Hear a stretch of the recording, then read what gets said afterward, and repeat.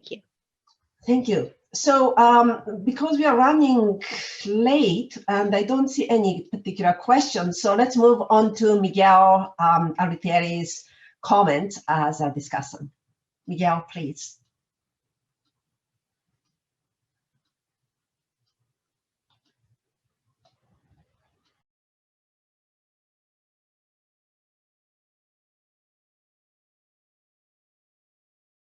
Okay. Thank you very much, Junko, for the invitation to this very interesting symposium, and also what a pleasure to see Senae and Keiko again and listen to their presentations. I think that the main point that Senae was bringing was that there's a need for a new pedagogy, a new educational system to address the trend that although many citizens are becoming aware and interested in food safety and its relationship to environment, few people are interested in the human rights and social justice dimensions of the food system. So therefore, it is absolutely necessary to incorporate into education the social justice component related to the production system via gardens at schools, universities, and the public in general.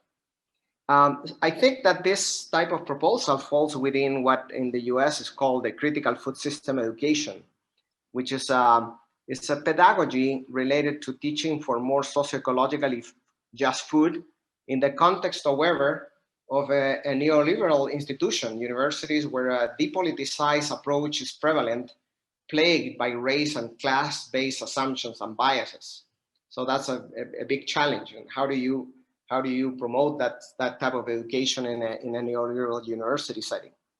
And one of the critical food system education questions is, how can food systems education prepare individuals, children, women, technicians, teachers to transform the food system and help communities attain food sovereignty?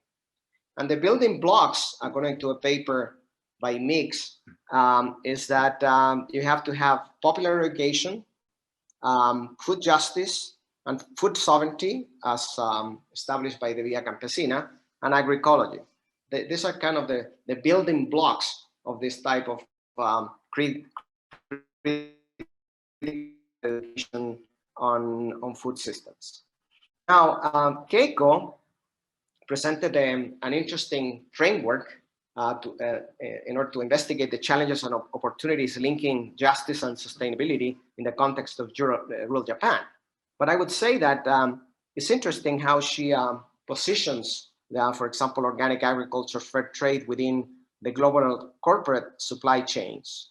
And this is very much in line with the thinking of people like Eric Hol Jimenez, who have worked a lot on social movements, social rural movements, and where he recognizes that there's the corporate food regime, neoliberal and reformist type of approaches, and then the food movements. Some of them are transitional, reformist, but one of them, the most important one, led by Via Campesina and others, is a transformational type of approach of the food system that is breaking with the laws of capitalism. So food justice recognizes that hunger and the health disparities exist not due to lack of sufficient food, but to inequities built in the food system, which actually impact disproportionately poor and marginalized communities. Also, we have becoming more aware now with the COVID-19 that exposed that farm workers and meat packing workers suffer higher rates of infection due to the living conditions that they're exposed to. And food justice, therefore, means transforming the food system in a way that democratizes access to affordable, nutritious food, expands job opportunities for minority people, and ensures environmental sustainability and resiliency. So the dimensions are access to food that is healthy, locally grown, culturally appropriate, good living wages and fair working conditions for all the food system workers, and then obviously the community control of people over the food system.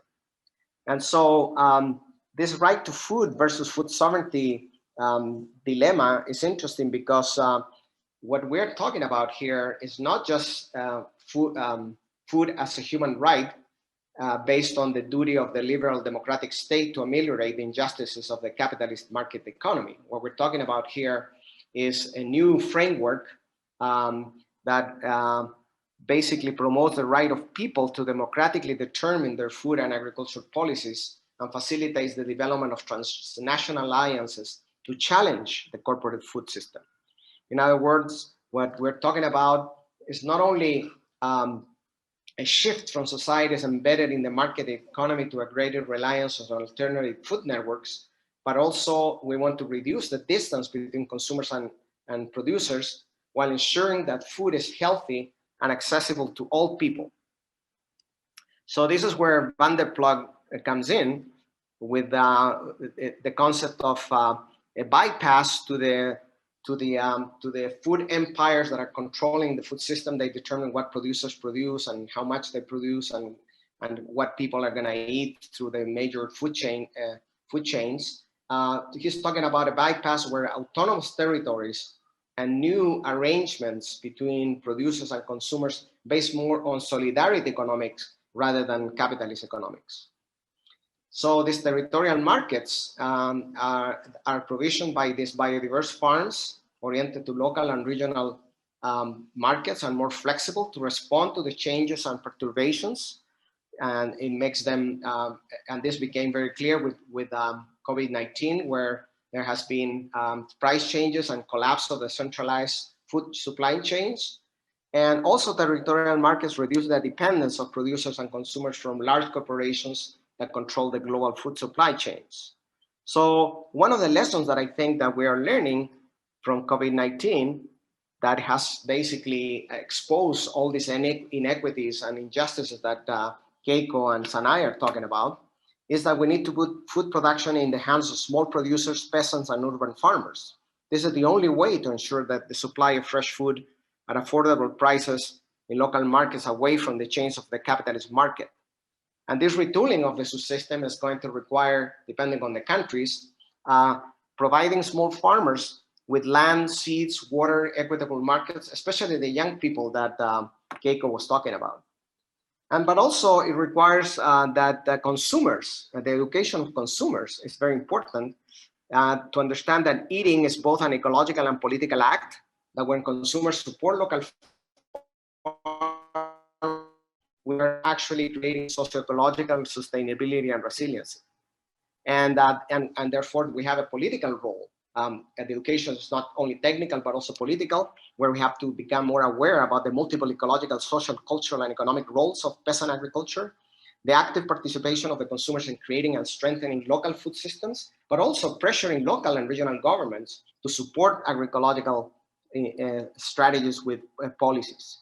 So the radical proposal is profound changes, not only to break the industrial monoculture with agroecology, but also to dismantle the control of multinationals over the food system and their neoliberal policies that maintain such structure.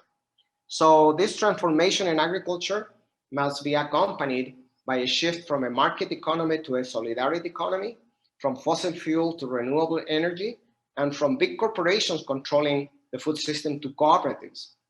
Such new world should be led by allied social, urban, and rural movements aware that a return to a way agriculture was before the pandemic is not an option.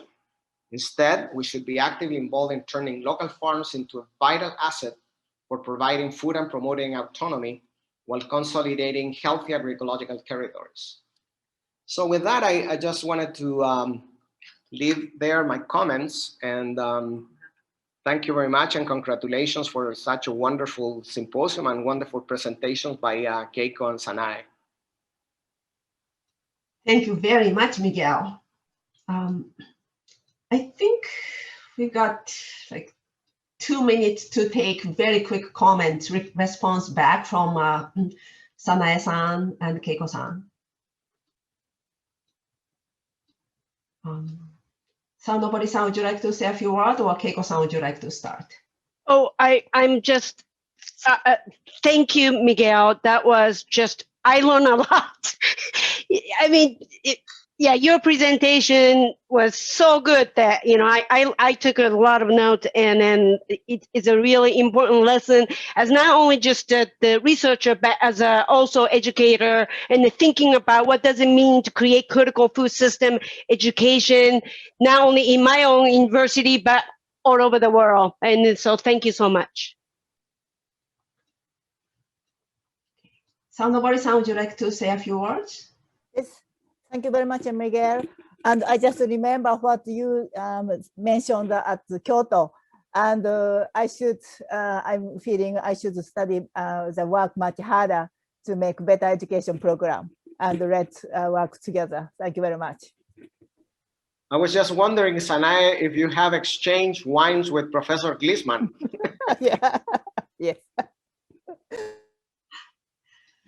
Okay, so we're moving, yeah, we can move on to the general discussion. Steve, did you want to say anything?